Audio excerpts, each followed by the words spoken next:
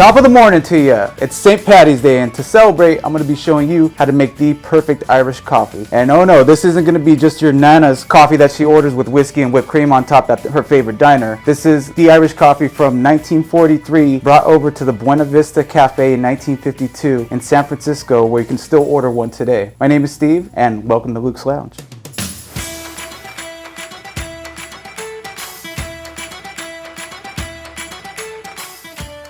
First step, you want to preheat your mug.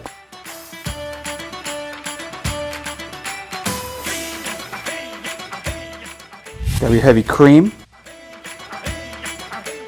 You can do this by hand by whisking it with a spoon or a fork, but we actually have a little whisker today, so. You want to do this until it's relatively thick. So not too thick, but not too watery at the same time.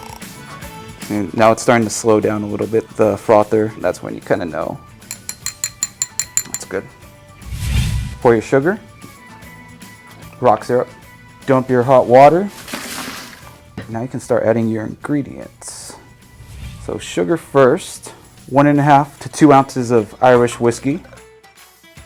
Let's do 2. Add that. Now you want to grab your coffee.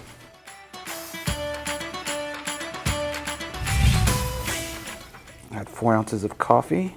Leave just a little room on top. Grab your spoon, give it a little stir for the mix.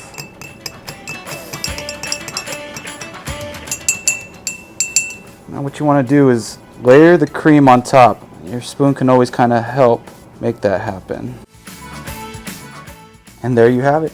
The perfect Irish coffee for celebrating St. Paddy's Day at home. When you're drinking this, you don't want to mix the cream into the coffee. This is a layered drink, so when you drink it, it's cold cream on top and then hot coffee. When it hits your mouth, it's gonna make it a silky texture. Thanks for stopping by again. Happy St. Paddy's Day. Remember to drink responsibly and don't forget to tip your bartender. Sláinte!